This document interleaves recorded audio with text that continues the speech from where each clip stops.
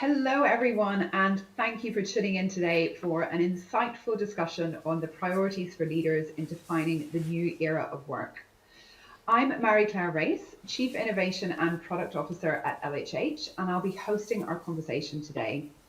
And it's an exciting day here at the Adecco Group as we launch the latest research shedding light on the experience of workers and leaders of this new normal that we're now living through and what the priorities are for companies going forward to make the future work for everyone.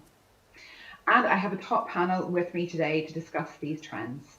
Alain Hayes, CEO of the Adecco Group, Jean-Claude Legrand, CHRO at L'Oréal, and Brian Well, Vice President of People Analytics, Performance Management, and Job Architecture at Google. Welcome, panel. Thank you for joining us. And today we have over 3,000 people registered to this panel, which shows just how important and of interest this topic is for organizations and just so relevant for this point in time that we find ourselves. Looking forward to a really lively discussion in just a few minutes with our panelists. But before that, let me spend a few minutes summarizing the key findings of the research. And this is the second edition of the Resetting Normal survey, with nearly 15,000 knowledge workers in 25 markets responding this year. And we've seen a continuation of some of the trends we reported on last year and some new ones too. There were 5 key themes that emerged from the research. Firstly, the hybrid trend is confirmed. The next normal is hybrid and flexible, but there are consequences for businesses that must be addressed. Workers and leaders are united in the call for a shorter week and a shift to an outcome-based culture as hour-based contracts become outdated. Well-being and people's mental health becomes an urgent priority for people and businesses as burnout numbers continue to increase. And there's a leadership disconnect. At a time when people are connected in their everyday lives 24/7, workers have never felt more disconnected. Leaders hold the key to reconnecting employees and reinventing culture, but they need support. And finally, we see a great reevaluation. So rather than the great resignation that everyone has been talking about lately, but there are important warning signs for companies to reconnect workers before reevaluation does in turn lead to resignation. So let's dive into the first section of the report. And in this next normal that's hybrid and flexible, we want to think about what does that mean for business. And when we look at how workers want to split their time between remote and office work, we see a few things. Globally, workers want a hybrid model where more than half of their time is spent working remote, but what this looks like varies for different groups. For instance, parents and younger generations actually want more office time, and Gen Z would like to spend more than half of their time at the office. Across all groups, though, there is a universal belief that hybrid work will benefit both businesses and workers. Specifically, it will boost equal opportunities for parents, people with disabilities, and people from diverse backgrounds. And really, this presents an opportunity because companies can use this momentum to boost their levels of diversity, equality, and inclusion to encourage and support all groups. And by improving access to technology and digital skills, we can really have a huge impact on the war on talent because suddenly you're creating unlimited pools of talent with no geographical limitations. So this flexible and hybrid working option, what we see is that it's not a nice to have, but really it's now an expectation from workers going forward, with 7 in 10 rating flexibility as one of the top priorities for them. And now that's not to say that people don't want to go back to the office at all. They do, but on their own terms. They want a place for connection and creativity, but half of them are anxious about going back and they're worried that they're going to be forced back to the office more than they would like. In this war for skilled talent, we really have to, we can't ignore this. Companies must acknowledge that one size does not fit all when addressing employee needs. The second section of the report shows that workers and leaders are united in the call for a shorter week and a shift to this outcome-based culture as hour-based contracts become outdated. The flexibility is universally valued across gender, age, lifestyle, and geography, especially for those with children and caring responsibilities. People have come to treasure flexibility and they don't want to let it go. And with this flexibility, many things have improved for workers. So people have become more trusted to do their job and more able to balance work and personal life. And digital skills have improved. Productivity has also passed the test, with 82% of workers saying their productivity has stayed the same or improved in the last 12 months. And building on the subject of productivity, people now want to work smarter, not longer. Workers and leaders are calling to revisit the length of the working week. And yet, the data showed that hours are on the increase, 14% up since 2020, with a majority of people now working well over the 40 hours per week. And yet, 6 out of 10 say they would be able to do their work in less than 40 hours. With flexibility becoming the norm and workers reporting higher levels of productivity, more workers, 73%, and leaders, 81%, call to be measured by outcomes and results rather than hours spent working, a trend that strengthened from 2020. But companies and leaders are yet to adapt the demand for outcome instead of hours-based approach. Only 36% of non-managers feel that their managers are assessing their performance based on results instead of hours worked. And almost half of leaders are finding it difficult to assess team performance based on outcomes alone. On the third section of the report, well-being comes to the fore as a key priority going forward, but leaders are struggling to see the signs. Burnout has been a significant cause for concern across the workforce for almost 4 in 10 workers, and this number increases to over half for young leaders who have suffered most from burnout. But again, the research shows that leaders are not equipped to support employees. 67% of non-managers say their leaders don't meet the expectations they have around checking in on their well-being. And again, leaders agree, they admit to needing support, with more than half finding it hard to identify when teams may be struggling with mental well-being or overwork or burnout.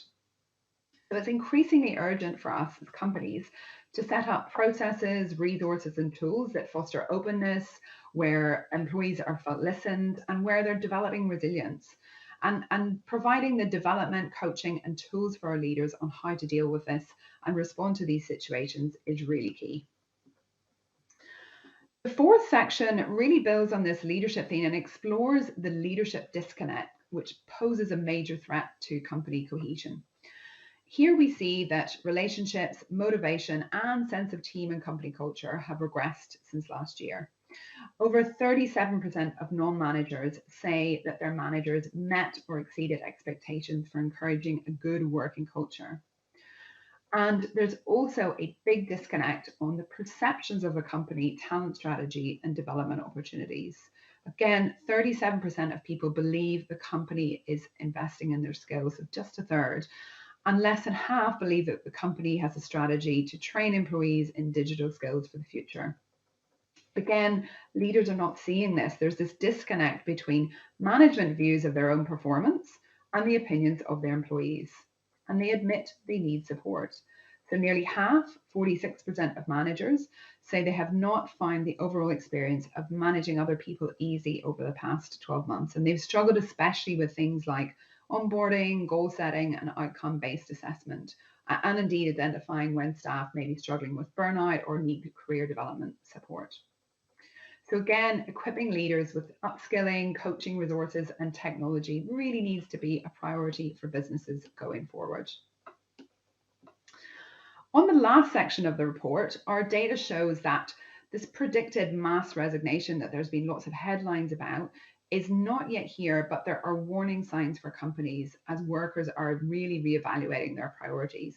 So over 40% of workers are considering moving to jobs with more flexible options. And the majority of people, 2/3, are confident that companies will start hiring significantly in the next year. So the time is now for organizations to reconnect with their workforce rather than hastily turning to external hiring. And the good news is people are ready for opportunities.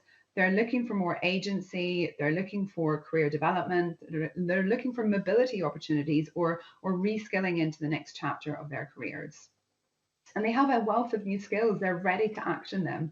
Over 60% of people have either reskilled themselves or are considering doing so. So really, there's an opportunity here for companies to jump on this momentum, to reassess their talent and put those new skills to use. Not only will this future-proof the organization, but it will also help people rediscover their strengths and reconnect with that all-important purpose. So coming to the end of our content, workers' top 3 expectations from companies, because they have expectations of us. Firstly, unsurprisingly, IT and technology infrastructure to facilitate better digital ways of working. Secondly, an increased focus on the well-being of staff. And finally, flexibility. They want guidance on new ways of working and freedom to decide when and how they get the job done. So to finish up, I just wanted to highlight one last thing, which is that companies continue to be the most trusted by workers to create a better working world. And this is a huge opportunity and a responsibility for us companies to deliver on. So that was a bit of a whistle stop, some of the quick highlights, but there is much more in the 160-page study that we've produced, and a copy of that will be on its way into your inbox. But now I'm really keen to hear what our panelists think about all of this. And Alan, I think we're going to come to you to start with the first question. From your position at the top of Adecco, you have a unique view of the changes at the world of work. What do you think is the most impactful insight for companies that has come out of our research this year?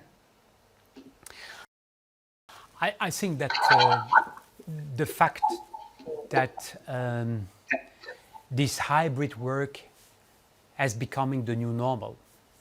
It's not will become the new normal. No, it is the new normal. And yes, there are many positive aspects regarding flexibility, gaining time in the productivity, but there are also major pitfalls, and you have mentioned them regarding the well-being, regarding the burnout. And I would pinpoint the point or the topic of the management and the leadership. And for many companies which were not used to manage a remote workforce, a distributed workforce, this is a totally new context. And a totally new context in which the management, the leadership is not used to work with people spread all over the places in a country or even worldwide.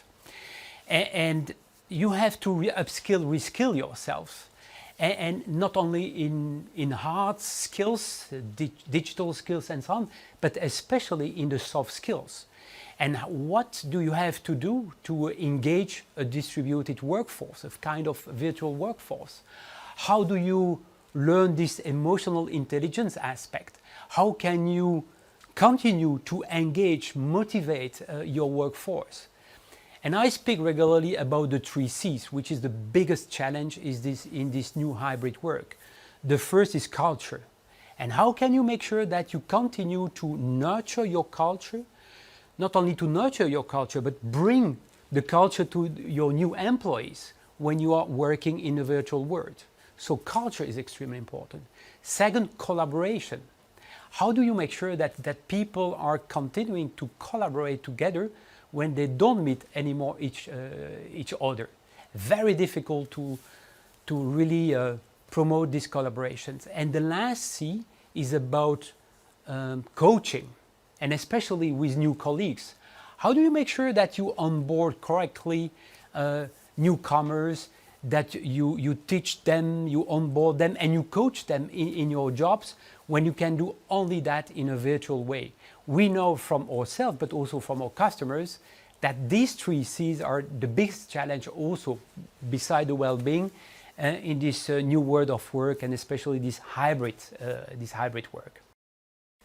Absolutely, and I think what's interesting about what you said, Alan, is, if I think back to when we shared our research last year, I think a lot of organizations were waiting to see, well, is this just a trend for now and we'll go back to how things were? But really, as you said, this is here to stay, and the time to act is now. So yeah. Jean-Claude, I'm keen to hear what you think about all of this. What is your view? I guess in your view, what is the biggest impact of this new way of working for a company like L'Oréal? It's a very interesting topic. Exactly what I agree also what as Alain said. It's not, are we discussing about hybrid? We are in the hybrid world, and we need to cope with that. But what is funny first, I'm working for L'Oréal. It's a beauty luxury company, and it's a very old sentences, but something which is very trendy will be not trendy anymore. So I remember so well a year ago when I started the first hybrid mode experimentation in the US. Even in my company, a lot of people, due to techie companies, so it's the reason why I'm very happy to be with somebody from Google, explained, no, so the future will be total remote. Look, in all the big American corporate company, it will be total remote, total remote. We said no, it will be not total remote. I can tell you that a year ago, everybody was speaking about total remote, total remote. Okay, so we started hybrid 21, 22 of August in the US. Why it's complicated in the US? Because almost 2 years ago now, in the US, companies are not working together. We are in New York, we are in California, and it's complicated back to work because we are quite isolated in this idea of to be together for the good reason that Alain explained before, to create a culture, to train all the apprenticeship, all the interns, all the MT programs. They want to be together. I think that one of the shifts, why it's complicated today, when I started the first experimentation of remote work 12 years ago, 10 years ago, I was confronted to all the top guys of this company, totally against remote work. Now, who is in favor of the remote work? The top people, and because they are remotely working from their residence in, I don't know, California, Greece, Italy. So it's clear that we are moving on this hybrid. My concern as the HRD of this company of 90,000 people is fairness between young and old, between rich and poor, between blue collars and white collars. And because at L'Oréal, for example, it's clear that 50% of the people, they are unable to work remotely because their job is not remotable. So I need to consider this kind of thing. So hybrid will be, but one of my major questions is also related to your studies, my dear Mary, is remote work, it's a new way of working or it's a new way of life? Yeah, I The think answer that's is, right. it's a new way Well, of life. Sorry, go ahead, Jean-Claude. No, so it's a new way of life. So the question is, for companies, we need to work with people, this idea of in the future, for the jobs, there's people asking, I'm joining you if it's a total remote job. I say, okay, guys, it's not for me. It's not for L'Oréal. No worries. It will be a fantastic moment of differentiation between a company with a vision, with a sense of purpose, and companies that don't care people. So said, guys, you can work on distance. We don't care. We don't need to see you. It's fantastic. And the same thing, what was the major shift of these 18 amazing months is a sense of purpose. It's clear that if you are working for a company, you don't know what you are working for, what you are contributing at, what is the meaning behind. Well, you can work on distance, and even my piece of advice would be you don't need to work even for them. No problem. Yeah. It's not a question to work at the office or not. What are you working for? What is your aim? What is your sense of purpose? And if the sense of purpose is to kill the planet, if the sense of purpose is not to change anything, if the sense of purpose, for me, in the days to come, the people at L'Oréal are speaking with me more about Afghanistan and the consequences for women and this amazing topic, because the impact of this Joe Biden decision, and because the question is not Trump or something like that, it's the way it had been done, okay, and the shock and the emotion, even on my talent, than the new way of working. We are working remotely for 10 years. We are working hybridly for a year now. Okay, so and last things for you to know, Alain, and I totally align with you and with you also, Mary. It's a question of training. We created a training. The name is Bob, Best of Both Worlds. Today it's 8,000 employees who followed it. What is funny? Initially said no, managers. At L'Oréal, it's 30,000 managers. They said no, we don't need. We know I'm manager, so I know by definition how to work remotely. He said, guys, it's great to have the training. There is 2 steps, and it's only when it's mandatory that people are following it. So I had been obliged, like often in life, said, guys, now this training is mandatory. So suddenly 80,000, and the feedback are good because the people, they said, yes, before the training, I was sure that I was aware and I was conscious and I was able, and now I discovered all my gaps and limits, and I need to be trained, like many things in life. Fantastic. Well, Jean-Claude, I think you touched on all of the themes in the research there with your thoughts. So thank you for that. And I particularly agree with you about this need to not have the one size fits all, because for some people, like you said, it may not suit them, and they may actually crave the connection, or their personal circumstances mean that they can't work remotely. So yeah, and I love that best of both is a really nice phrase to put around that. Brian, I'm going to come to you now, and I know as a fellow psychologist, you have a strong passion for and point of view on how to guarantee effective people practices. And I'm going to continue this theme. Jean-Claude talked about experiments, and some people say that the pandemic has been the first truly global, hybrid, and flexible working experiment. And what have you seen in the last 12 months from your role in terms of effective people practices in all of this? First of all, thank you so much for including me on the panel. I feel like I shouldn't even be here because just reading your report, Mary Claire, is almost everything we've discovered internally. So I'll speak anyway about Google's experience. I just want to start, like, as a social scientist, as an HR professional, as a working human being, how amazing it is to be in this moment. There are very few transformative moments in the way that we work and how we organize talent. You can think about the move to the Industrial Revolution, the rise of scientific management, the post-World War II development of corporate norms and corporate life. We are in one of those moments right now, and what a privilege it is to be in HR to help our companies transform work for a future state. So I feel a tremendous amount of enthusiasm and opportunity to lead with data, theory, research, and to connect with my colleagues across other companies to meet this moment where we're at. So we have learned a whole lot, but in terms of an experiment, this is a complicated one. This isn't just a move to thousands and millions of people doing their job remotely when they used to be in an office. It's doing your job remotely in the context of a global pandemic where you're worried about your health, your kids aren't going to school physically anymore, you're worried about your family. So all of these things are happening at the same time that we're shifting things at work. And so for all of the research we're doing right now, I always sound a cautionary note. The way the experiment is unfolding now could be different from the experiment if it were to take place in a healthier context. So we put that there. Now, there's so much that we've learned. I'll just pick on a couple of things. One is that quite coincidentally, we had done research from my team, People Analytics within Google, on distributed work in the 2 years leading up to 2020. And we had followed a group of employees who were in teams where some employees were working in a distributed fashion, some were co-located. And so we had this group that we already knew were skilled in working remotely.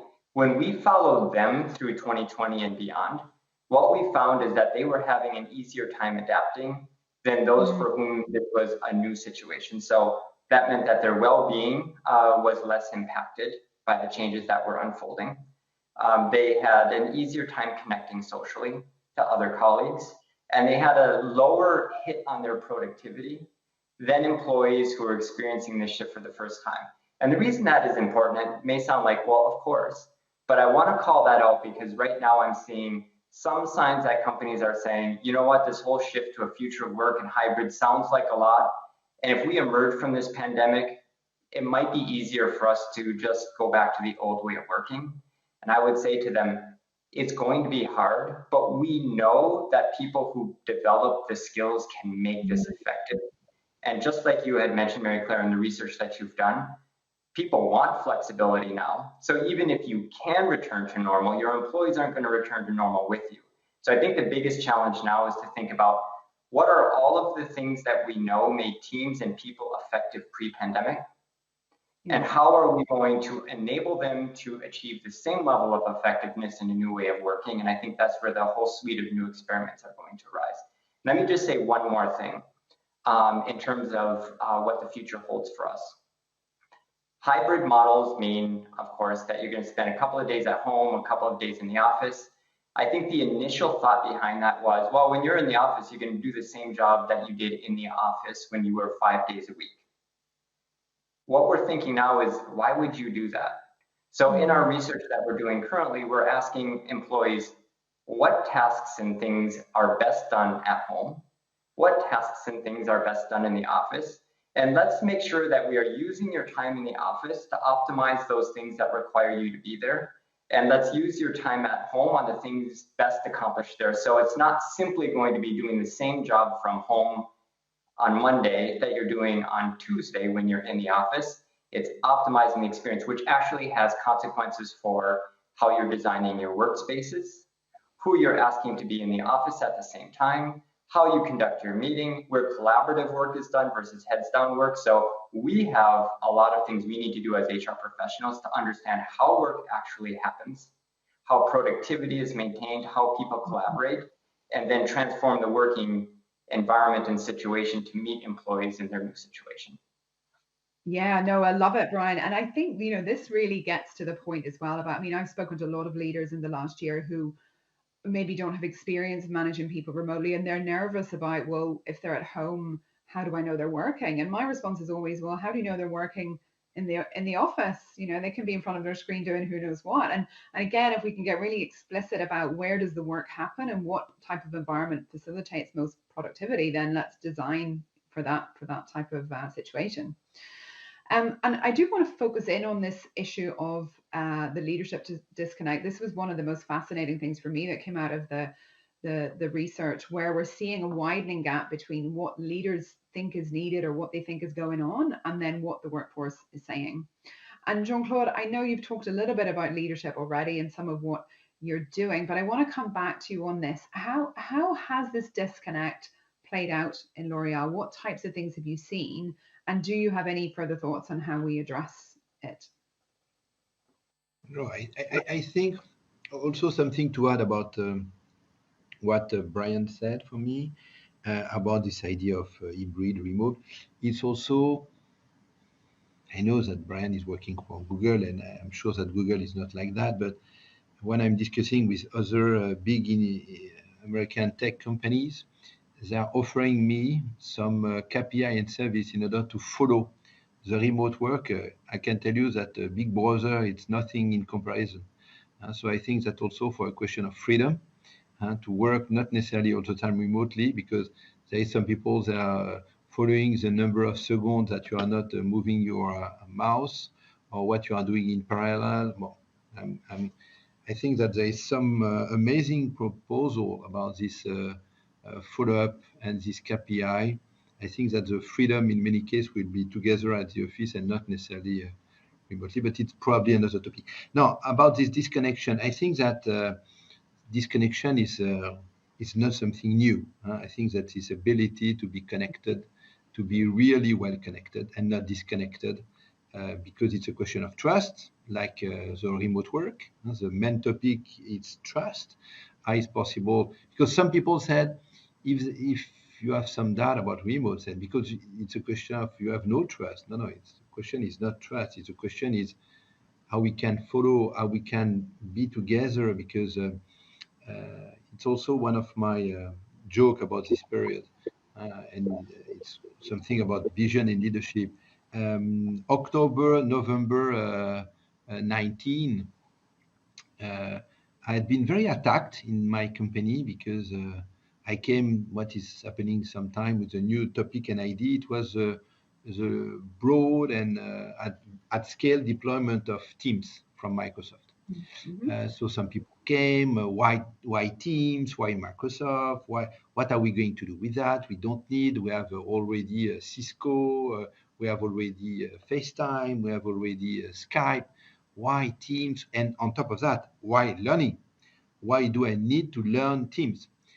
We said, guys, probably one day it will be helpful for you.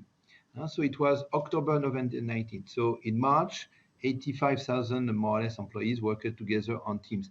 So the question of leadership, it's always the same for me. It's a question of vision and the ability to anticipate and not always to react and not always to follow.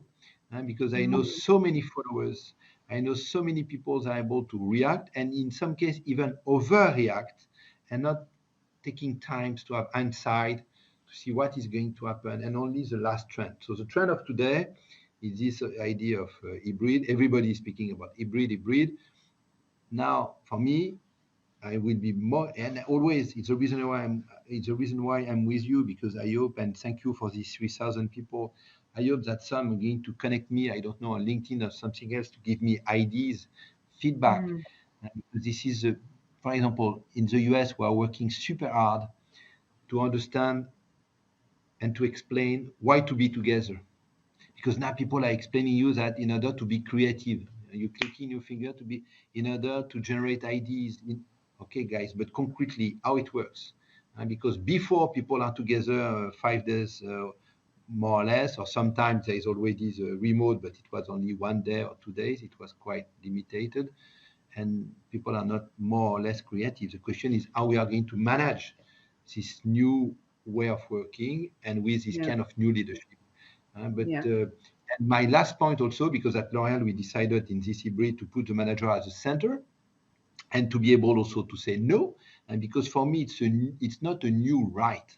People are not going, I don't know, in the UK or in Germany, say, guys, I have a new right of 2 days. No, it's something we need to discuss and how we are going to work together. And the manager needs to assume. And it's the reason why I spoke about the training. Because one of the beginning of the training is the ability to push a manager to be a leader and say, it's possible also to say no.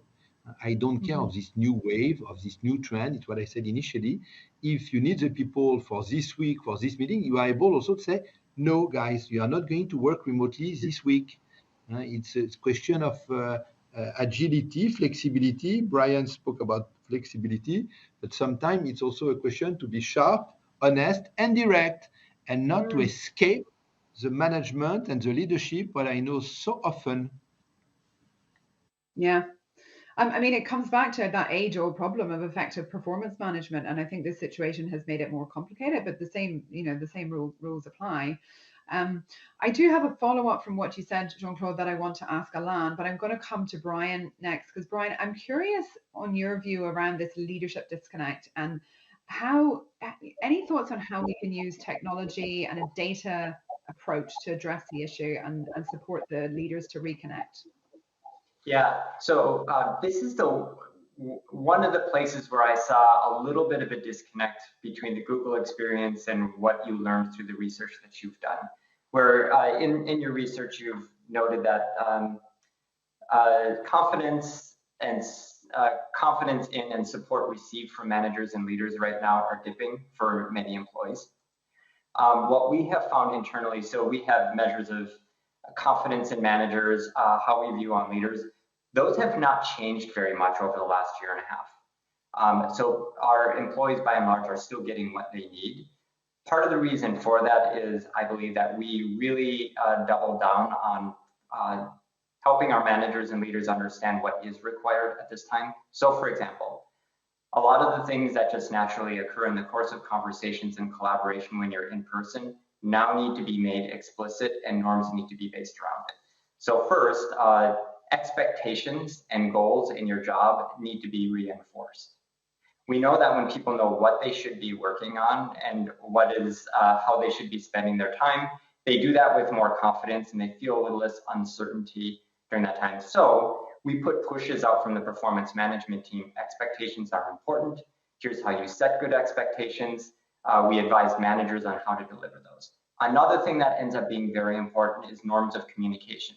When you're sitting next to your colleagues or you're in the same office as your manager, communication happens pretty seamlessly and naturally. You come into a meeting and you have those interactions. Yeah, you always have a few people working remotely, but the thought was the remote people will kind of figure it out. The rest of us who are here have the path forward.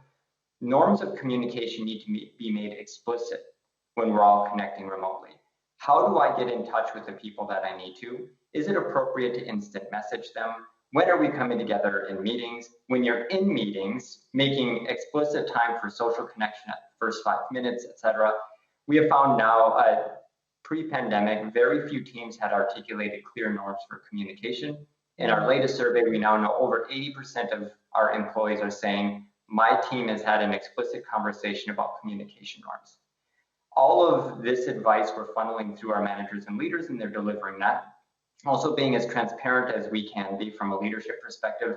What issues are we trying to solve right now? What options are we considering? And then delivering the news with some information about how the decision was made makes people feel so much better informed, because they want to know what's happening next week, next month, next year. And we know that there's a lot of uncertainty, but at least we can see how our leaders are facing this. Now, what we are finding, however, is that our managers and leaders themselves are feeling a tremendous amount of stress, because now on top of doing the job that they are required to do, they're shouldering more responsibility for team health, communicating those norms, reading, the emails from HR, attending the manager live streams, like whatever the case may be. They're upskilling and putting into practice a whole set of things that they're doing on top of a job that already felt pretty demanding. And so where we're focused now is how do we support our managers and leaders so that they can keep holding this while still doing their job? And is there anything we're asking from managers and leaders that could be a little lazy from an HR perspective, which is we could have a system support, we could have direct support to employees, but we're funneling it through managers and leaders instead. So we're looking at that set of things that managers are holding and trying to figure out whether there's something we could take off the plates. But we're really worried about that population and ensuring that they can be healthy, resilient, focus on themselves, keep their teams productive, and not burn out. Yeah, no, I agree, Brian. And I sometimes think that we place so much on our leaders, and they're also employees who have gone through this very tough time. And it's expecting them to manage all of that, but then also take on the responsibility of other people as well. So I think you make some fantastic points there. Alan, I'm going to come to you now. And 12 months ago, when we were sharing our research last year, we talked about how the pandemic had shone a light on the ability of leaders, and particularly their ability to bring soft skills to bear, like emotional intelligence. And, Jean-Claude talked about trust and the need to build trust. But if anything, it seems that this gap seems to have widened. What do you think it's going to take to support leaders with reconnecting to their employees in this hybrid world? I would say a combination of three things. The first, the willingness to reconnect the disconnect. And as part of your job of leader, of manager, to really acknowledge the results of the survey we have published, have this conversation with your team members, and acknowledge that, you have something to do. It's a little bit like lifelong learning, and acknowledge this situation. The second is more and more about technology. And I would not say that's the second imperative, but I will come back in a minute. But leverage the technology which allows you to be regularly in contact with your people, to communicate in an effective way. And yes, if today you don't have a communication platform inside your company, like Jean-Claude was mentioning, he deployed Teams from Microsoft at L'Oréal, I would say do that fast, because it allows you to also to reconnect the disconnect, have Teams meeting, exchange and so on. And the third is also upskilling and reskilling yourselves. Because I think it's great, L'Oréal can do it by its own, by creating this program for the manager with Bob, but not everybody has the capabilities, the knowledge to do internally. So look at external companies to help your people to upskill, reskill themselves in this emotional intelligence aspect, in how to use also the technology to connect with your people.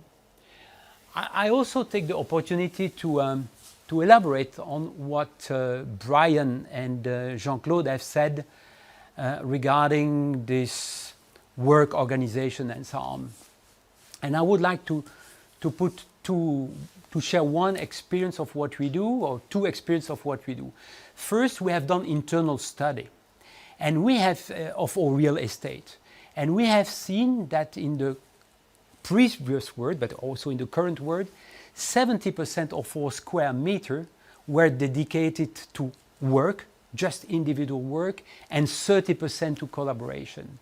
And so we have started to change this, to go to more the 50-50%, because we are convinced, like it was mentioned by Brian or Jean-Claude, that people will perform many individual tasks at home because they have a better environment, they don't need to be at the office to do this work and so on, but they will come at the office to be coached, to collaborate, to nurture the culture and so on. So this aspect of culture, collaboration and so on has to be reflected also in the way you organize and you structure the real estate. A second idea I would like to give is that the new world of work is not about working at home or working at the office and so on. And there is a notion I invite, especially if we have many attendants on this webinar, is the traveling. And we are launching an initiative called Travel for Impact, People and Purpose, mentioned by Jean-Claude, because also in this new world of work, we should take into account the social aspect of what we do, the environment impact when we are traveling, and I really do hope that this new way of work will also have a positive influence on how we behave regarding traveling, net zero and so on, as we are one of the company really focused on that. I think it's also important to work on this traveling aspect. Yeah, and like you say, being very intentional about what that looks like. I mean, I know I recently had a trip over to Zurich, and Alan, I saw you there and came back feeling pretty exhausted from all of the interaction, but also just so enthused and enriched from having had time together to really connect on purpose and with people that that I haven't seen in so long. So I'm very proud to say that 50% of my executive committee is biking to the office. 50%. So I invite every Fortune 500 companies to motivate their people to bike. It's very healthy, it's very good for the well-being, it's very good for the planet, and it's very cost effective. Yeah, no, I love that. And it's actually, we've had a question come in from the audience just on the topic of well-being. So I'll come to that next. And they're pulling out, this 30% of burnout globally that was mentioned in the research. That's a huge number. How can companies improve well-being at work and prevent burnout?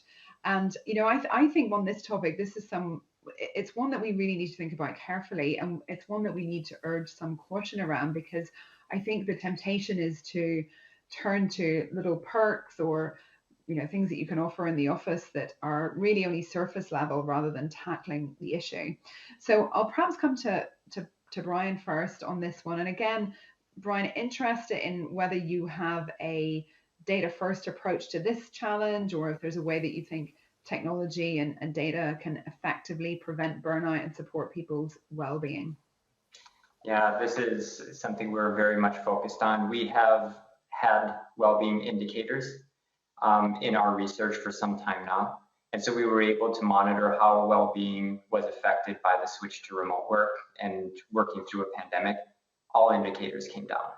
A smaller percentage of our employees are saying that they're able to handle work and personal life with the same level of quality and time as they were before. We don't have the magic answer to that. I wish we did, and we would be able to share it with everyone.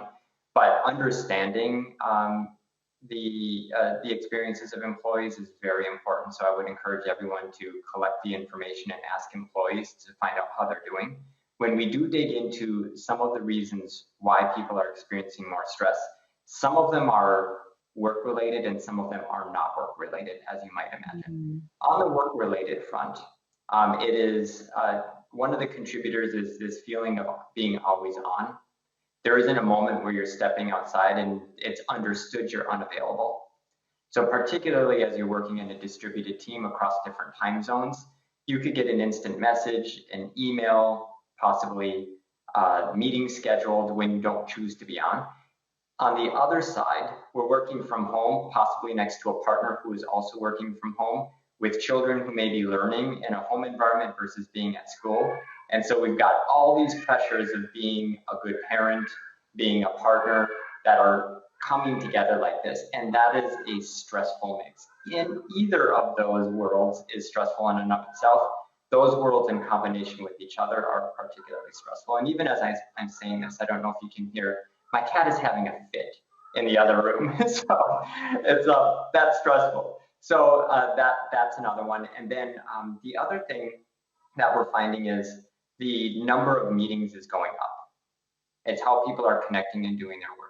Now, meetings, they pull a lot out of us, and there are a lot of things we are not doing when we are in a meeting. The good news is we're being very productive in those meetings and work is getting done. The bad news is we'd like to think the social connection that is almost like a lubricant for a good work experience overall. Like, hey, I've spent 6 hours in a sprint with you, but we're going to have a casual conversation and maybe talk about something besides work. Those things are not happening as much. And so you've removed that social sort of buffer against the stress of work. So all of these things are coming together. Some of the things that we're doing, there are some easy things, but Mary Claire, like you said, it's almost like we're at risk of trivializing the severity of the issue. But some of the easier things are, we have global reset days now. And so every once in a while, the entire company will take the same day off together. And that is so important because if nobody is working on that day, the stress of like, hey, I'm going to take the day off, but there's going to be 100 emails waiting for me the next day I come into the office is reduced a little bit. We have sent out nudges encouraging employees to take advantage of vacation time. Yeah, you may not be able to get on an airplane and go to the beach, but you need to take time off and spend with your family. We have also instituted what we're calling carers leave. For that smaller percentage of employees that are facing life circumstances that are overwhelming, don't try to manage those while working full time. Take a leave. We've got a program for you to plug into. We've got a duration that we've identified, and we have support set up for you. These are the things that we have implemented in an attempt to restore a sense of well-being. Yeah, great. Thank you, Brian. Lots of really practical tips there. And please say thank you to your cat, because I think your cat demonstrated the points you were making. I thought you'd actually designed it because your cat just entered at the point where you were talking about the challenges of balancing home and work. So that was perfect. I'm conscious of time, so I do want to move on to the topic of the great evaluation, because we have some questions around this. And I think it builds on the fact that motivation and connection with leaders is low and people are feeling really disconnected and in a state of languishing. There was that article in the New York Times that Adam Grant commented on languishing, and I think it was one of the most read articles of the year. And there's this this sense of dissatisfaction with career prospects and wanting something new. Alan, I'll come to you with the first question here. People want to see and feel opportunity. What do you think it requires for an organization to really bring this to life for them? Yeah, first, I think that's the retention aspect is becoming much more difficult in this virtual world, because especially if you have decided to work quite significantly in a remote way, how do you transmit your culture? Because what is binding you to a company is the culture, the people, and the purpose, like Jean-Claude was mentioning. But if, like it happens today, for many people, they have been hired totally in a digital way. They have never met their boss, never met their colleagues. They only see their customers or the colleagues in a digital way. It is very, very difficult to develop, let's say, the loyalty, the emotional proximity to the company. And that's why I think that the real risk of seeing people leaving fast is quite obvious. Now, how to cope with that is, exactly what you have said is really to reconnect the disconnect and make sure that you have, first of all, a good feeling of what's going on in your company. We are pulsing, we do a pulse globally. During the COVID, we did it every 15 days so that we could track where we had problems. No, I think if my memory serves me well, we are doing that every 6 weeks so that we can really intervene where we see that there are issues, because those issues will also provoke the exit of the colleagues. That's in a nutshell what I could say right now. And now it is even more important to provide career perspective. And it's not always easy, but that the people can see and figure out, okay, what could be my journey in this company in the next 3 months, 6 months. We also recommend to really augment the number of not only performance review, but really exchange review, career development review, so that the people see their future, especially in our company. Yeah. Yeah. And Alan, I think there's a theme there from what you said earlier as well about awareness and how well do you know your people and your workforce? What assessments, what diagnostics are you using to really give you the insights into what is happening, as opposed to what seems to be happening, which is just an assumption that it's all going to be fine or there's no problem to solve. I think there's also a piece here about rethinking careers and rethinking career paths. And Jean-Claude, I'm curious I know L'Oréal has a strong focus on up and reskilling and creating a development and learning culture. And I know you've worked with one of our brands, General Assembly, on this. How do you see the topic of skills and career paths going forward and perhaps as an opportunity to address this reevaluation? Well, I think that it's exactly the main topic in order to do a huge difference.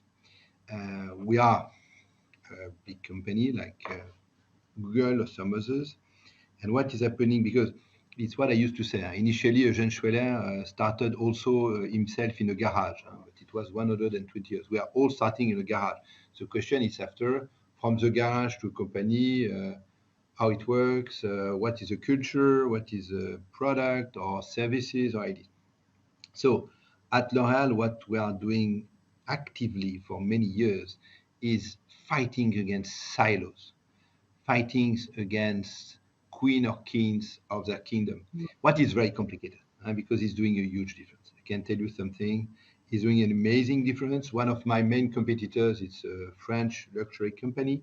And when I'm able to catch, I don't want to catch all talents. They are overpaid for what they're able to do, but sometimes for young people, they're able to select good people. But what is sure, it's a demonstration in a click that if they are in this branch, in this maison, no chance to change. It's one of my joke with this candidate, because you are in a mobility process means there is no mobility. And because the founder of this company is not his interest, he wants to stabilize people. They don't, and even in my company, it's very complicated, but this is a crucial advantage. Just for you to have some figures in mind, every year, L'Oréal, we are bringing back what we used to call boomerang. People, they left the company, they are back. It's a taboo we broke many years ago now. And we are speaking about something like 500 people. It's a message for my competitors. It's a message for my people. So it's possible to be back. Why people are back? And they are back for only one reason. They are back for people. They are back for the network. They are back for the connection. So it's a reason why in this hybrid world, L'Oréal is 3 days together, 2 days of flexibilities, not as a right and obligation. But I think that this kind of clues, this kind of collective way of working had been, is, and will be more and more important than ever. For evaluation, the people, they don't want evaluation only one time per day. Like Alain said, for Pulse, every 6 weeks, I think that it's a perpetual evolution, but we need to be fair and to debrief more precisely. And I just want to add something before. It's funny, it's a joke for Alain. It's about traveling. Before, COVID, the travelers of L'Oréal are consuming more CO2 than the 42 factories of the company. So it's something, it's a crusade we started. One of my suggestions had been we need to put miles for the people doing video conference because why not? Because at the end, the people are traveling also for the miles, and we need to be super honest.